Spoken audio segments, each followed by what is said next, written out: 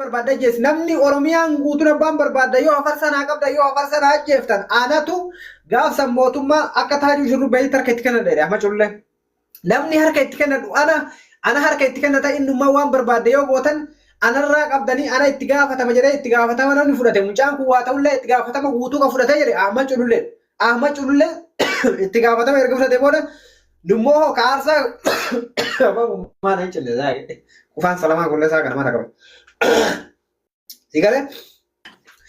Dhaggeeffadhaa. Ahmad Cululleen du'ee jira wallaahi jedha tokko. Du'ee jira ajjeeftanii? Maalii walloo ka jiru sirrii deemtee waan kijiba Pushti. Jarri kunniin dirqama itti gaafatamtan jechuudha. Sigale? Warri afaan irra baatanii dhaadattan mucammaan kun waa takkaa ta'u. Mucammaan kun waa takkaa ta'u. Wallaahi billaahi sheekaaroo billee akka fannifame inni mucaa kana fannifamee yoo bakka inni jiru hin baafne guyyaa borii irraa kaastanii tarkaanfii sheekaa roobee irra fudhachuu qabdan. Sheekaa roobee bakka inni jiru akka fudha qabdanii baay'isiisu. Hallaqa. Wanni biraatu akkan jiru. Yoo kanan godhin ittiin alatti mucaan barbaannee jirra hatta dalagaa bakka dalagaa guutuu yaalame maatiin guutuun akkana iyyaafataa jira jechuudha. Maatiin iyyuu qalbiin cabeetiniin gartee akkanatti maaluma ta'ee waa takka quban qabnu jedhanii gaafataa jiran. Wallahi biyyarraa maatiin guutuun gaafataa jiran jechuudha. Sigalee namni tokko obboleessoo safaadha miti haadha abbaa qaba maatii qaba. Ilmi namaa ayirra bayanii akkana goone dhaabbatanii achi booda ilmi namaa dhabamu jechuun safaadhaan itti fakkaatin lubbuun namaa obboleessoo sigalee akka safaadhaan itti hin deebitu baanan hin jechuudha. Namni hanga barbaade yoo ta'e sigalee itti gaafatama guutuu namni fudhatu afarsaan sheekaa roobetii fi gurbattii luuxisan. Naata jechuudha. Amma Culullee haadha miti obboleessu ilmoo xiqqaadha si fakkaateeti. Ilmoo dhiirati bara ilmoo zarii qabdu. Ilmoo zarii bareedaa dhalatte si galee. Warri gartee akkana afaan bantu kun guutuun gumaan isaa dachaan kafalama jechuudha. Ilmaan haadha raawwu. Gimaa taamochi.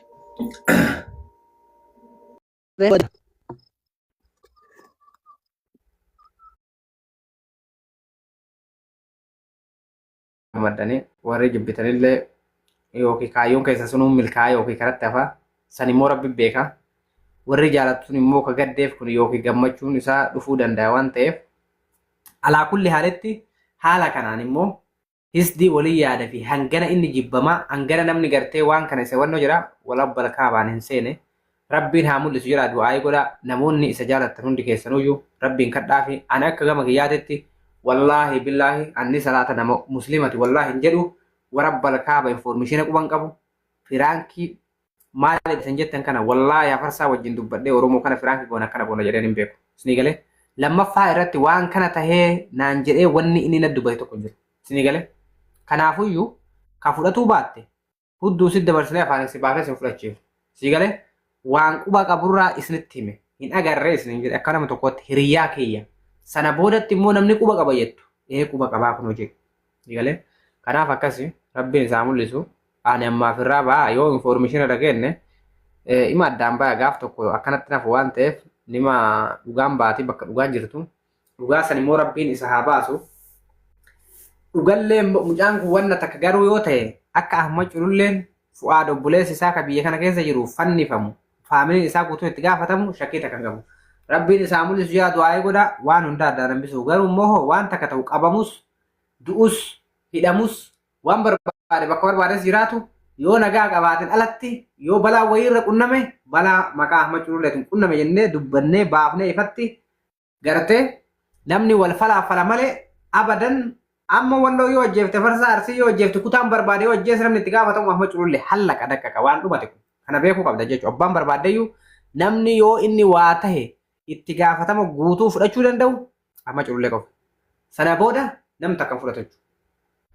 Isinii galee kanaaf akkasi du'aayii godhaa fi warri isa jaalattan rabbiin isaa haa baasu rabbiin isaa haa mul'isu bakka inni jiru rabbiin haa mul'isu wallaahi ani hedduu qalbiin na cabxee gaafataa ture iyyafataa ture arranaa dawwala boruu irratti akkana silkii dawwala Muhammad deebisee silkiin isallee na hojjetu dide yoo rabbiin isa kan mul'isu taate waa hunda rabbiin nuuf haa mul'isu yoo immoo gartee akkuma barbaade akkuma jiran kanaa akkuma oromoo itti farriftu kanaa qabamee kan jiraatullee taate rabbiin nagaan biyya isaatti galchaa namni immoo biyya ofiitti galee akka barbaadetti jireenya gaarii nama jiraachuu danda'u. Kanaaf akkasi nagaan naa tura ada waliigalee ta'aa jira waa'ee kijibaa miti kun wajji haasoinee hinda inni waliigalee ta'aa jira garuu immoo carraa rabbiin godhe achi asi dhabamee jira jechuudha rabbiin isaa mul'isu ni galee garan na gubate wallahi ani quba qaba tokko sirrii dura jala deemu eessatti quba qabdu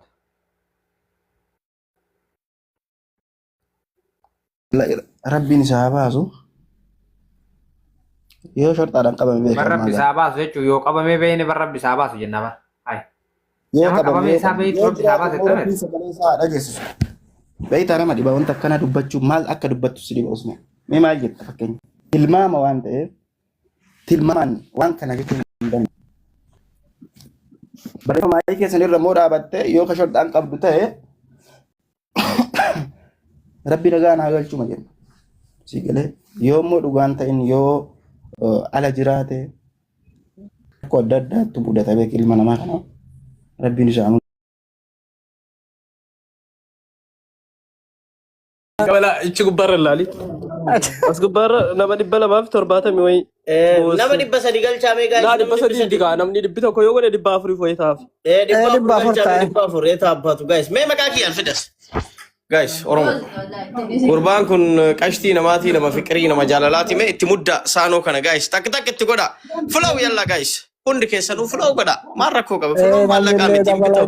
Oromoo wal guddisna wal jabeessina yoo jennu kana namni waan taphaase waan qaldii nutti seetan. Garuu wanni nuti jennuuf kun waan dhugaatiif guys 400 galchaatii mee anallee ganna dhaaba. Yalla guys. Let's go.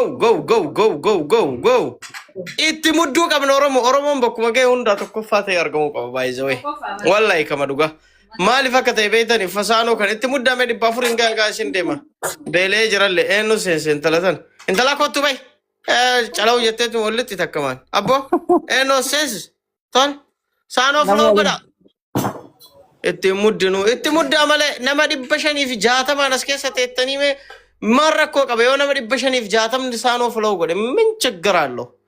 Ay Oromoo ummata fiqirii ummata qaalii ummata jajjabaa ummata qimamii. Kinno kalal 400 kanallee share godhame share godha guys ummanni na jaalata bar mee Oromoo na jaalachuu keessa mirkaneessaa ka yalla yaa Oromoo kaa'iya